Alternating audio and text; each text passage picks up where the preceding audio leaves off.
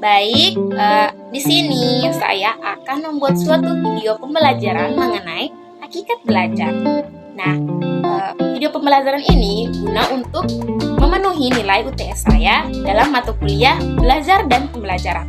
Namun sebelum itu, saya perkenalkan diri saya terlebih dahulu. Nama saya Natalia Maria Christina Da Costa dengan NPM 3322054. Saya dari Program Studi Pendidikan Biologi, Fakultas Ilmu Pendidikan, Universitas Timur.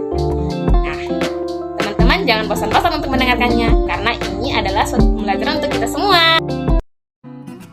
Baik teman-teman, 3 topik utama yang akan kita bahas dalam video ini adalah pengertian dari belajar itu sendiri, tujuan belajar, dan juga prinsip-prinsip belajar. Jadi baik teman-teman, yang pertama-tama dibahas dalam materi ini merupakan pengertian dari belajar. Belajar itu sendiri merupakan apa? Apakah teman-teman ada yang tahu apa itu belajar? Nah, ada yang mengatakan bahwa belajar itu merupakan proses mendapatkan atau memperoleh ilmu. Nah, itu juga betul. Nah, belajar sendiri merupakan proses perubahan tingkah laku yang relatif permanen. Perubahan tingkah laku di sini berarti, seseorang jika dia belajar, dia dari yang sebelumnya tidak tahu apa-apa akan menjadi tahu. Gitu. Jadi baik teman-teman, topik yang berikut mengenai tujuan belajar. Tujuan belajar di sini terdapat 5 aspek. Aspek yang pertama, keterampilan intelektual. Apa itu keterampilan intelektual? Itu merupakan kemampuan menggunakan pengetahuan untuk memecahkan masalah. Apa maksudnya?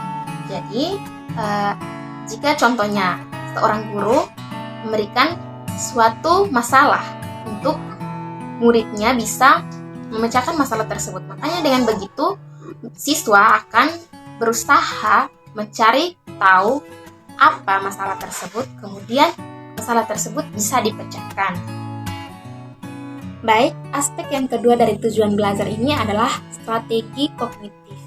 Itu merupakan kemampuan internal yang membantu siswa untuk proses belajar, proses memecahkan masalah, proses berpikir, dan juga mengambil keputusan.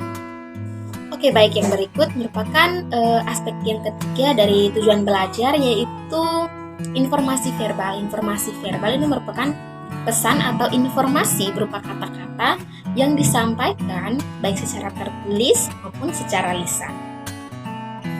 Oke, yang berikut, aspek yang keempat dari tujuan belajar adalah keterampilan motorik. Keterampilan motorik itu merupakan kemampuan gerak tubuh yang perkembangannya dipengaruhi oleh umur. Nah, misalnya pada anak-anak itu kan berjalan, berlari, melompat, beda lagi dengan remaja dan juga orang dewasa dan orang tua. Baik, aspek yang terakhir dari tujuan belajar adalah sikap. Sikap ini sama dengan attitude. Jadi attitude itu sangat penting dan sangat mempengaruhi. Misalnya, siswa ini sangat pintar dalam belajar, tapi sikapnya itu tidak baik. Itu sama saja.